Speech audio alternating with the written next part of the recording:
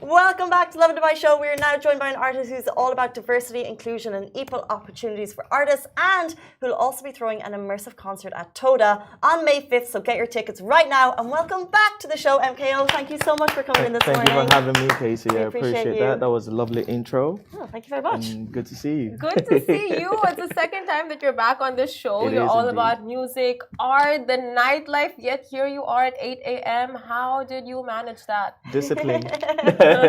Discipline. When you want something, you gotta have to get up early for it. I think last night we were working till about 4 in the morning, and then passed out. Woke up an hour later, and here we are. 4 a.m. Are you a night owl or an early bird in general? I am an early bird in general, but you know how it is when you just go on, and then at one point you just crash, and then so I usually have such days when I could go on for like weeks. And one particular day, it doesn't matter who is out, who is trying to invite me out. If it happens, that's it. I'm gonna crash and I'm gonna get my rest. So it usually happens like that. That sounds very healthy. Yeah, I know. So what were you working on last night? Well, the concert. Just we have a documentary that would be played across the show, without having to give too much away. Give it all away. Nah, because then what are people coming to see? So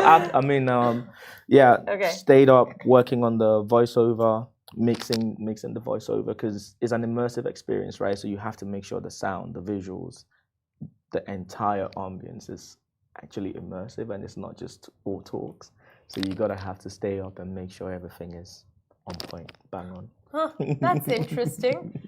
Voiceovers, yet our voices weren't recorded. So, what voiceovers are you using?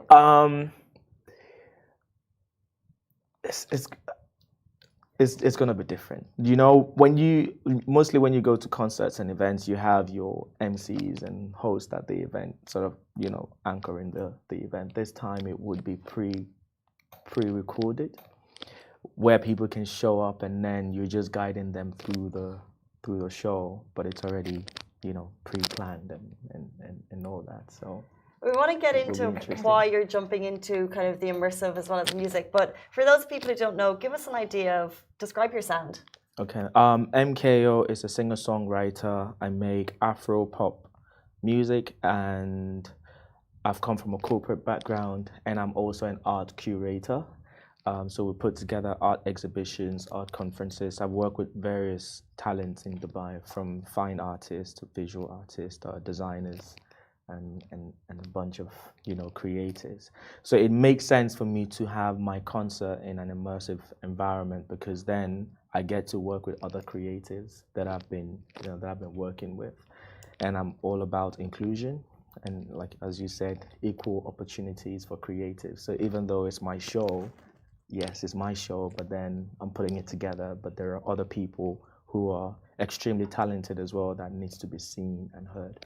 Love that, and love giving an opportunity to all. But what are your thoughts on like the creative scene in Dubai versus other cities? Because some people have said before, disagree. Dubai doesn't have soul, but you're obviously in the mix. So how would you describe it? I disagree because I feel like a lot of people will probably bash me for this. I feel like you can only have soul when the creative space is very supportive of each other. You can, if like anywhere else in the world, there is a scene. In order for you to have a scene, to grow a creative space, you have to come together, collaborate more, and that means you're tapping into various audience.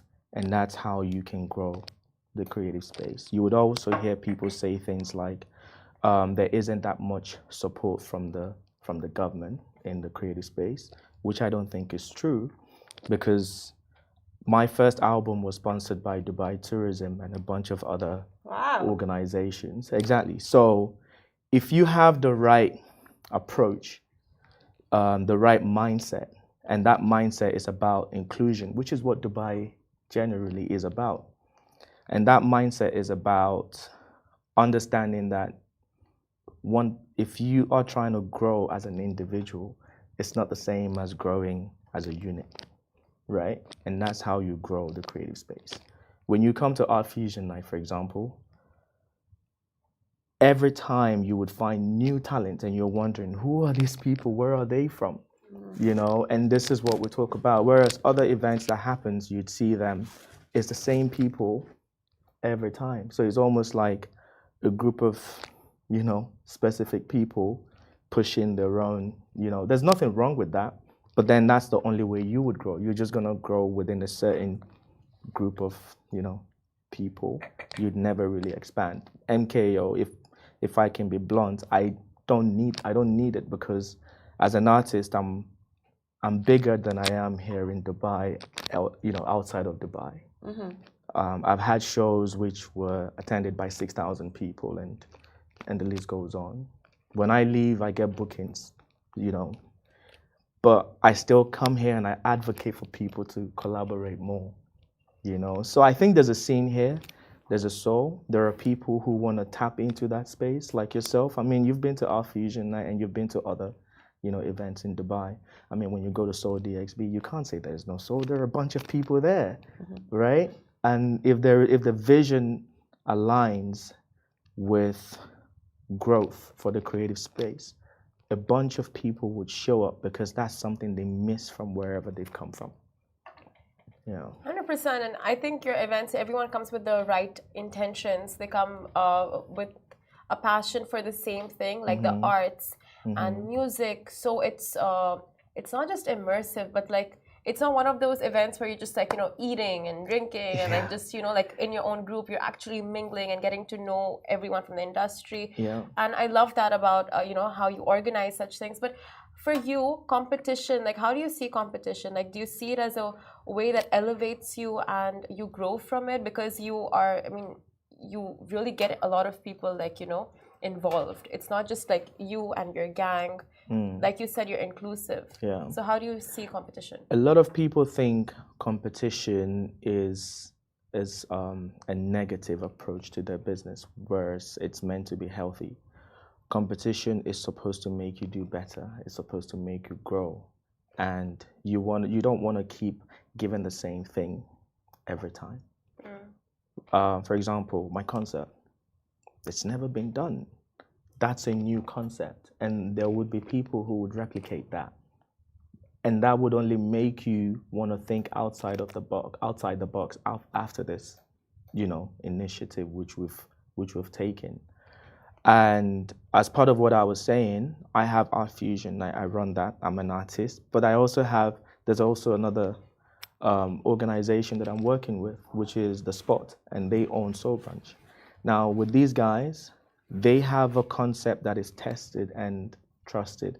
They have a community of people that I would like to also connect with. And what do? We collaborate to make this initiative a success. And from that approach, we get to do other things together, right? So competition is meant to be healthy. It's supposed to help you do better. It makes you think outside of the box. And without competition, there is no growth. Love that. Speaking of competition, but also collaboration in a way. So obviously there's going to be other artists. It's an MKO show, but there's going to be other artists joining you. Yeah. What is the criteria? You know, do they need a similar sound to yours, or what type of other artists are going to be joining you on the night? Okay, so with this particular show, I've included people who perhaps inspired me in some way, or I wouldn't say inspired, people I looked up to, and people that I have worked with in certain capacity, you know, before I got to this point. So it's like telling a story of our growth over the years. So that's the correct. There has to be a link to the docu-series of this concept associated with MKO. For example, when I moved out here, I used to look up to Abri Hamdan because that was the one guy who was killing it in the music space back then. And he worked with me during my previous album launch as well, and now he's coming to support me this time. And I have Income Boy, who used to do a lot of my backup vocals back in the day when I would record. and he had gone on to perform with some of the big names you could think of, like your 2 Chainz and your Young Jeezy and a bunch of others, right? So this is the journey, telling my story as well as everyone else's that is associated with the concert. Yeah. That's so interesting. But before we talk more about your concert, you had a life-altering experience in Africa. What exactly happened there? This is the second time I'm talking about it. And I hate being put on the spot, but sure, let's go for it. She just went right in. How do you feel comfortable? Yeah, I went to Kenya. So I had 3 countries that I wanted to go for my birthday, and I got my agent to reach out to get me a show. So whichever it is, then I'll go. So I got a booking in Nairobi for a concert on the eve of my birthday. Fast forward, we had a great time. I came with a bunch of friends from Dubai, and then we went to Mombasa, and it started raining. We went to VIP, whatever, as normal, and it started raining, but we had a shaded section. So I was like, you know what? We could help a couple of people join this section, and somehow one of them spiked my drink, and yeah, and I got kidnapped, and my jewelry and everything that I had on me were taken. It was a very traumatic experience because I was unconscious for about 48 hours.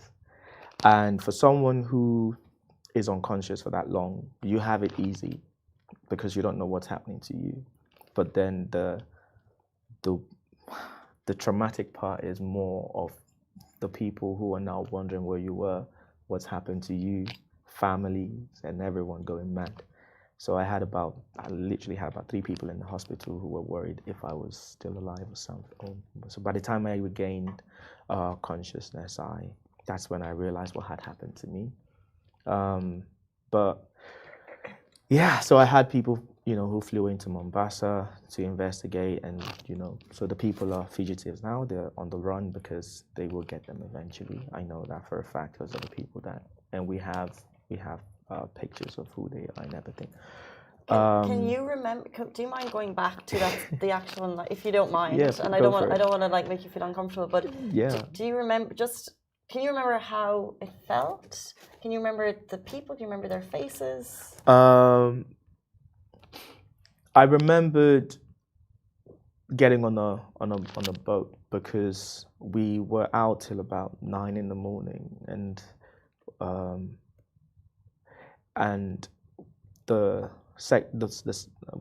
in order for me to get to the hotel where we were, it's now 9 a.m. so there's traffic, people going to work and everything. So it was easier to get on a boat to cross to the other side of the beach. And I think that's when it happened. That's when. So I sort of, everything else after getting on the boat is all blurred to me.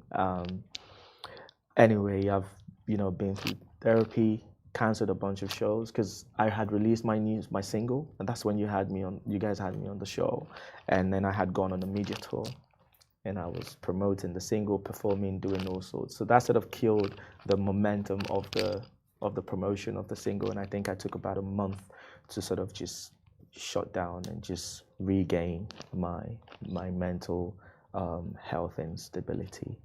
It's been quite a journey. So I don't even know how I was able to bounce out of it, because I would have days that I couldn't sleep, just trying to, I was just battling with myself in my sleep and everything and such. But yeah, it's good. Yeah. Honestly, Thank you for sharing. Imagine. Yeah. Thank you for sharing. Wow. So hard. Yeah. For your friends and your family, and for you to go through that is a wildly traumatic experience. We're so glad. You've been through the therapy, so I hope it's going okay. But for you to come out the other side and to be able to talk about it, even now, I can see that it's difficult to get the words together in some ways. So thank you so much for sharing it with us. I mean, I think when it happened as well, I posted about it on my socials, and it took me 3 days to sort of gather the courage to do that. And that's because we have a platform, and a lot of people what they share on the platform. I'm also a victim of that, is when the going is going great. Yeah, 100%. You know, and you forget that you could use your platform to educate people to become more self-aware or be vigilant when they travel. Because we are in one of the safest cities in the world, which is Dubai. Dubai is the one place that you would meet someone for the first time and you're like, I'm having a barbecue, I'm having a yacht party, do you wanna join? 100%. And if the person is new, they would wonder, no, this doesn't happen anywhere else. And that sort of makes us complicit as well when we travel, because then we are, you know, you could just drop your guard because you are you think everywhere is that's safe, right? But yeah, so when I shared it, and I blocked the comment section. I didn't know my DM was gonna blow up, because you would be surprised that 85% of the people who came into my DM to say they've been through a similar ordeal were men.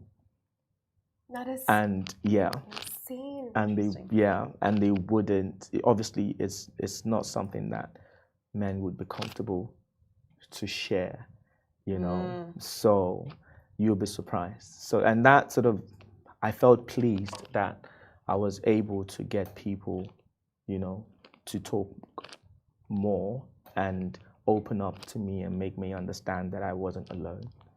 But thank you for that, because you being so vocal about it and sharing it on your socials, like, it brought a lot of awareness to the topic, because people don't talk about it. And then you don't know that you know what happens, but you don't know what happens. And men so in particular, I think, is a really interesting insight. So thank you for that. Yeah, one said in Vegas, Mexico, Turkey, you just name it. It's crazy. We have massively digressed, but thank you for sharing. Look, this is MKO. He's got a big event at Toda. Now, if people want to get in touch with you, how can they get tickets? How can they see this immersive event live? So the ticket is available on the Toda website. But because Toda has, you know, they have events every day. So the best way would be going on at MKO_world. That's my Instagram account, and the link is there. When you click on it, it takes you directly to the section for my concert. And we have two tickets available. So 3 actually. We had balcony, VIP, and regular. Balcony sold out. Oh, congratulations! Guys, that is MKO_world. And by the way, checking out your Instagram, you've given a little snippet of the visuals, and it looks very, very cool. Immersive event, a lot of artists coming through. So thank you so much for giving the shout out to that event. Thank you for having me. Not at all. We really appreciate your time this morning, but that is all, unfortunately, that we have time for. Goodbye from me. Goodbye from me. Goodbye from me.